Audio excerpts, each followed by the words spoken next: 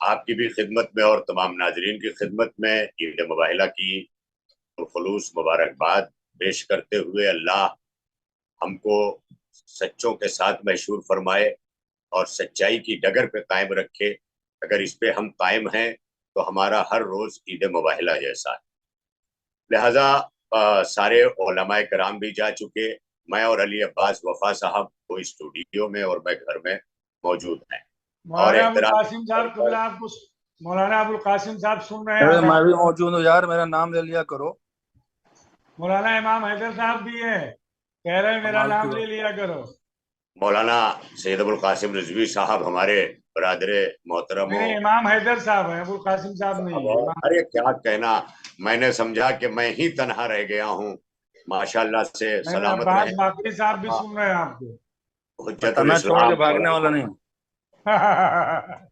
مولانا سید امام حیدر زیدی صاحب قبلہ مقیم ٹورنٹو کینیڈا، جو اس وقت ہندوستان میں موجود ہیں اور ماشاءاللہ روزانہ اپنی خطابت سے پورے ہندوستان کے شہر بشہر مومنین تک ولایت آل محمد علیہ السلام کو اور ممبر کی ذریعے علوم آل محمد کو عام کرنے میں مصروف ہے.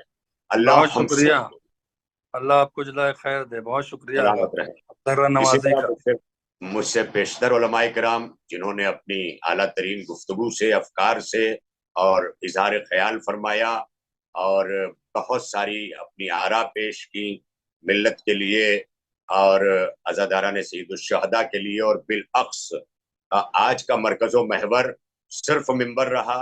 اور انشاءاللہ آئندہ ایپیسوڈ میں اس کا دوسرا حصہ فروغ عزاداری جو رہ گیا ہے، اس پر میں سوچتا تھا کہ شاید مجھے موضوع دے دیا جائے گا، لیکن اب پھر کسی وقت انشاءاللہ موقع ملا تو اس پر گفتگو کی جائے گی. آج فقط میں اتنا کہوں گا کہ یقیناً آج ضرورت تحریک ممبر کی اس لیے پڑی کہ مولانا اس کے اصغر حیدری صاحب قبلہ جی معذرت چاہ رہا ہوں، حائل ہو رہا ہوں، فروغ ازا پہ بھی روشنی ڈال دیجیے گا تاکہ ہمارا موضوع پورا ہو جائے. بسم اللہ ہوگا. انشاءاللہ اگلے ایپیسوڈ میں ہم اسے کریں گے. میں اس وقت طولانی نہیں چاہتا اور آپ کا پروگرام بھی ایک حد تک انشاءاللہ رہے گا، تو انشاءاللہ آئندہ گفتگو کریں گے اس پر، اور اسی پر کریں گے. تمام علماء جو ہیں وہ ہمارے فروغ عزاداری میں کون کون سی چیزیں کیا کیا ہیں جو رکاوٹیں بن رہی ہیں، یا فروغ عزاداری میں کون سی چیزیں عزاداری ہیں اور کون سی چیزیں عقیدہ ہیں، کون سی چیزیں عقیدت ہیں، ان سب چیزوں پر تھوڑا سا سیر حاصل گفتگو کرنے کی ضرورت ہے.